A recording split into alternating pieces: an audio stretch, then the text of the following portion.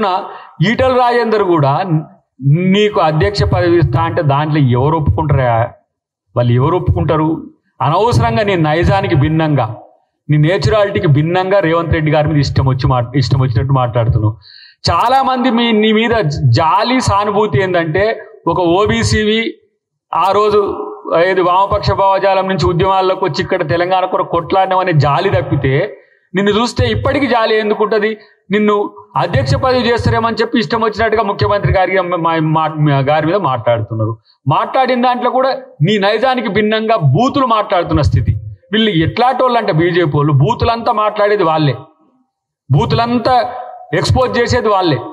వాళ్ళ social media మొదలు పెడితే ఇంకేదో ఉంటుందిగా, ఇన్ఫ్లుయెన్సర్స్ నుంచి మొదలు పెడితే బూతు రాజాలు ఎవరంటే బీజేపీ వాళ్ళే. మళ్ళీ వాళ్ళు ఇతరులను అంటారు. ఇలా కొడక అని అంటే ఏందన్నట్టు దాని ఉద్దేశం? ఒక ముఖ్యమంత్రిని పట్టుకొని ఇలా అట్నే మిమ్మల్ని అంటే మీకు మంచిగా అనిపిస్తుందా?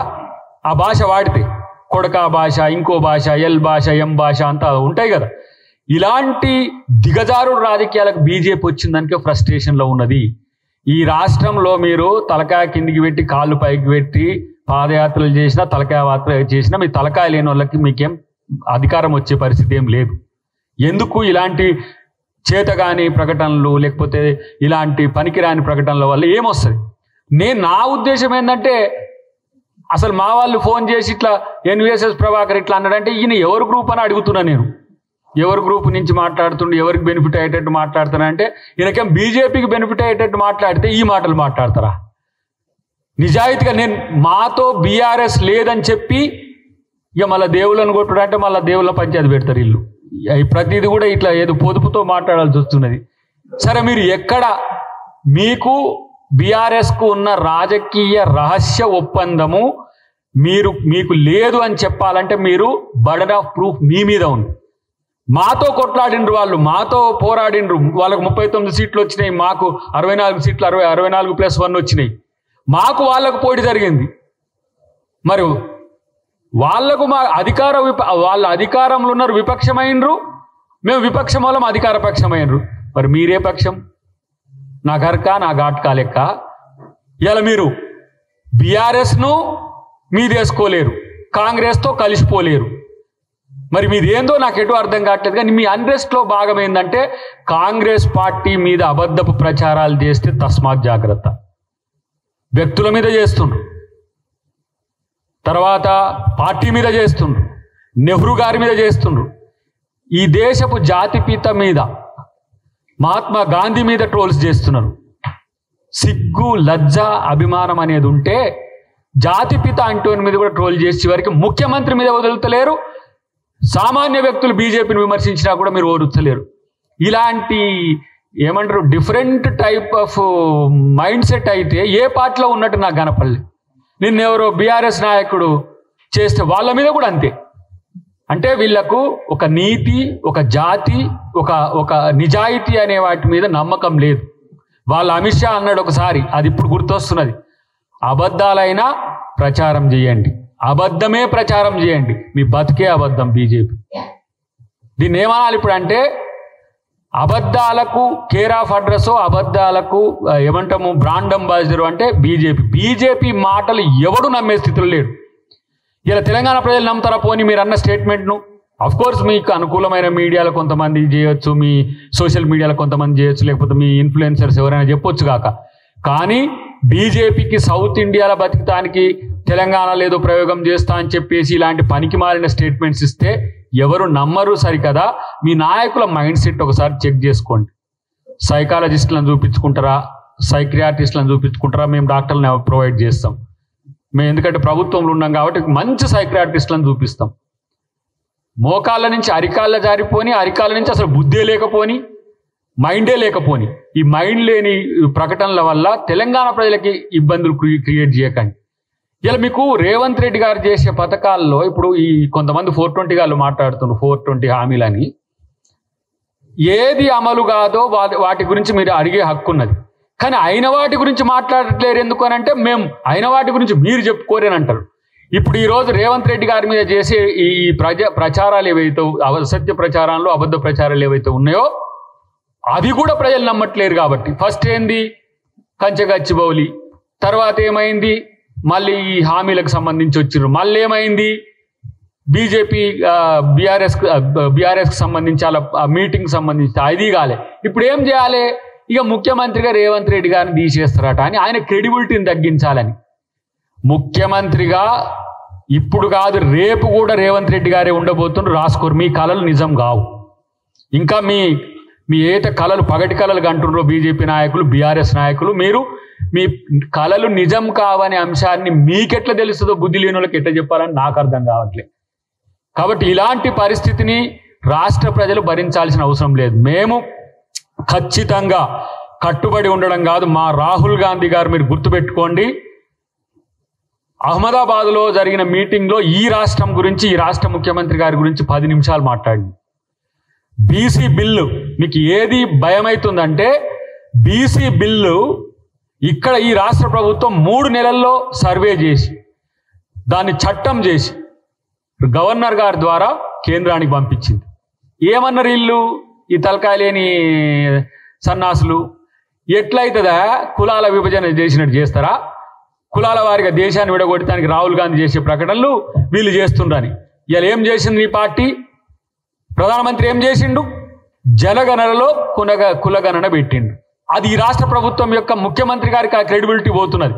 మా ఎల్ఓపి కూడా మా రాహుల్ గాంధీ గారు కూడా పదే ప్రతి వేదికలో ఈరోజు అది మాట్లాడుతున్నారు. కాబట్టి మీకు తలకాయ నొప్పి. సన్న బియ్యం కింద పోయి చల్లగా ఉన్నారు పేద ప్రజలు, అది ఓర్స్తలే. సన్న బియ్యం ఎక్కడ పాజిటివ్ పోద్దని ఇంతటి వీళ్ళని ఏమనాలే, వీళ్ళను పెసిమిస్ట్లు అంటారు ఈ తెలుగులో, దాన్ని కరెక్ట్గా అంటే ఎంతసేపటికి ఏడిపే ఇళ్ళ మీద. ఇక మీ కుక్కతోక మాదిరిగా మీ బుద్ధి ఏం మారదు, కానీ పెసిమిస్టులుగా మారకండి. ఇలా ఎస్సీ కేటగరైజేషన్ అనేది 30 సంవత్సరాల నుంచి నానుతున్న సమస్య. 30 సంవత్సరాల తర్వాత ఇలా రేవంత్ రెడ్డి గారు వచ్చి చేసిండ్రు.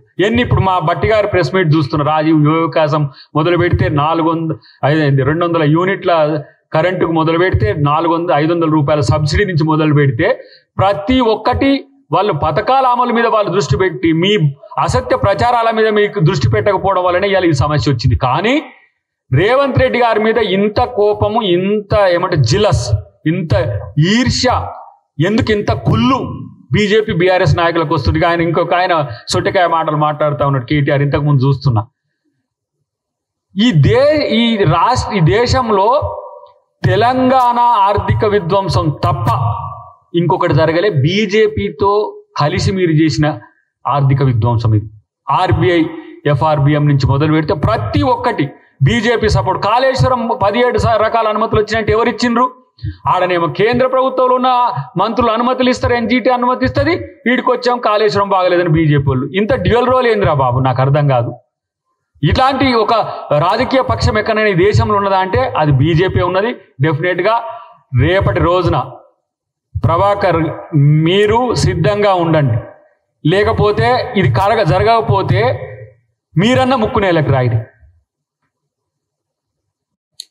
జూన్ 2 నుంచి డిసెంబర్ 9 వరకు పెట్టుకో. ఇట్లనే ఏమైనా సరే ఈ చేసిన నేను అబద్ధాలు ఇంకోసారి మాట్లాడనని ముక్కునేల కన్నా రాయాల్సి వస్తుంది.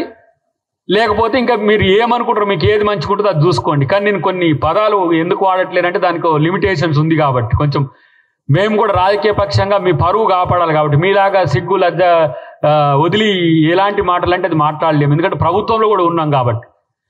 ఇలా కేసీఆర్ పోయి ఫామ్ హౌస్లో పని ఆయనను తీసుకొచ్చి ముఖ్యమంత్రిని చేస్తారనే ఒక అనాలోచితమైన చర్యలు మీరు చేస్తుండ్రంటే ఇంకా మీకంటే దివాళకోరు రాజకీయ నాయకులు ఇంకెవరైనా ఉంటారా? తర్వాత లీడర్లను కానోళ్ళు లీడర్లను చేసుకొని మీరు లీడర్ లెక్క బిల్డప్ కొడతారు. మీ పార్టీ నాయకులు కనీసము బానిసల కంటే హీనంగా ఉండే నాయకులు. దక్షిణ భారతదేశానికి సీట్లు తక్కువ వస్తాయంటే వీళ్ళు దక్షిణ భారతదేశం ఉత్తర భారతదేశం పంచాయతీ తెస్తున్నారు వీళ్ళు అని చెప్పేసి. ఇలా కాబట్టి మీకు తెలివి లేకపోవచ్చు, తెలివి తక్కువలు కావచ్చు, కానీ ప్రజలు చాలా తెలివి కల్లోళ్ళు. ప్రజల్ని మోసం చేసే ప్రకటనలు చేయకండి, అబద్ధ ప్రకటనలు చేయకండి. మీరు ఎంత చేసినా మిమ్మల్ని ప్రజలు నమ్మలేకపోగా ఈ గులాబీ కమలం యొక్క ఈ ద్వంద్వ ప్రమాణాలను, ద్వంద్వ రాజకీయ వైఖరిని డెఫినెట్గా ప్రజలు గమనిస్తున్నారు. ప్రజలు గమనించాలని తెలంగాణ ప్రజలకు విజ్ఞప్తి చేస్తున్నాం. డెఫినెట్గా తెలంగాణ ఉద్యమానికి ద్రోహం చేసినట్టుగా మాట్లాడిన మోడీ ఇవాళ తెలంగాణ ఉద్యమకారుణ్ణి అని చెప్పి బీజేపీతో అంటగాగిన కేసీఆర్, బీజేపీతో అంటగాగి రాజకీయ స్వప్రయోజనాల కోసం రాష్ట్రాన్ని తాకట్టు పెట్టి, రాష్ట్రాన్ని తాకట్టు అనే దానికంటే దోచుకున్న దొంగ ఒకవైపు, రాష్ట్రం ఈరోజు ఇవ్వడము ఏమన్నాడు మోడీ, బీజేపీ వాళ్ళకి తెలవాలి, తల్లి బిడ్డ ఉంటే తల్లిని చంపి బిడ్డను బతికిచ్చిండ్రన్న దౌర్భాగ్యపు రాజకీయాలు మీ మిమ్మల్ని తెలంగాణ ప్రజలు అంగీకరిస్తారు. వాళ్ళు చచ్చి మిమ్మల్ని నిజంగానే బీఆర్ఎస్ అనే తల్లి చచ్చి బీజేపీ అనే బిడ్డను బతికిచ్చింది మీకు. మీ బతుకు అది. ఎప్పుడైనా మీకు సచ్చుడు బతుకులు తప్పితే ఇంకొకటి ఏమి ఉండదు. కాబట్టి అలా బీఆర్ఎస్ నాయకులు మీ రాజకీయ భవితవ్యం ఏందో చూసుకోండి. ఇలా బీజేపీ చేస్తున్న రాజకీయ నాటకంలో, రాజకీయ జగన్నాటకంలో వాళ్ళు సూత్రధారులు, మీరు పాత్రధారులు. నిజంగా ఆత్మగౌరవం ఉంటే గుండె మీద చేసుకొని చెప్పండి. పోయినసారి బీఆర్ఎస్ నాయకులు బీజేపీ వాళ్ళ కోట్లు వేసిన వాళ్ళు మేము తప్పు చేస్తున్నామా, తప్పు చేసినామా లేదా అని. 8 సీట్లు వచ్చిన బీజేపీకి, ఎమ్మెల్యే సీట్లు వచ్చిన బీజేపీకి 8 ఎంపీ సీట్లు రావడానికి బీఆర్ఎస్ పార్టీ కాదా అని చెప్పి ఆత్మపరిశీలన చేసుకోండి. ఇది రాజకీయ విమర్శ కాదు, సగటు బీఆర్ఎస్ కార్యకర్త యొక్క ఆత్మఘోష. అది వాళ్ళకి అక్కర్లే. బీఆర్ఎస్ నాయకులు బతకడానికి, బీఆర్ఎస్ నాయకులు ద్వితీయ శ్రేణి తృతీయ శ్రేణి నాయకులు ఎవరినైనా బలి చేయడానికి సిద్ధమే. బీజేపీ తను బతకడానికి ఎవరిని చంపడానికైనా సిద్ధం ఇవ్వాలి. అక్కడ అకాలీలను చంపిండ్రు, ఇక్కడ శివసేనని చంపిండ్రు, అక్కడ బీఎస్పీని చంపిండ్రు. ఇక రాష్ట్రానికి ఇట్లా వచ్చుకుంటూ పోతే ఇక రేపు ఉన్నది ఎవరైనా ఒక ఆయన చంద్రబాబు, ఇంకొక ఆయన ఏమో ఆయన పేరేంది పవన్ కళ్యాణ్. వాడుకుంటారు. ఇలా చూస్తలేమా కర్ణాటకలో ఎవరెవరిని ఏ విధంగా తయారు చేసి ఎట్లా బానిసలుగా చేసుకున్నారో. నితీష్ కుమార్ కూడా బలయ్యే స్థితిలోనే ఉన్నారు. కాబట్టి మిత్రులారా, తెలంగాణ ప్రజలారా, బీజేపీ నాయకులకు మైండ్ దొబ్బింది. వాళ్ళని క్షమించండి, వాళ్ళ మాటలు పట్టించుకోకండి, వాళ్ళ అబద్ధాలను పట్టించుకోకని చెప్పి నేను విజ్ఞప్తి చేస్తున్నాను.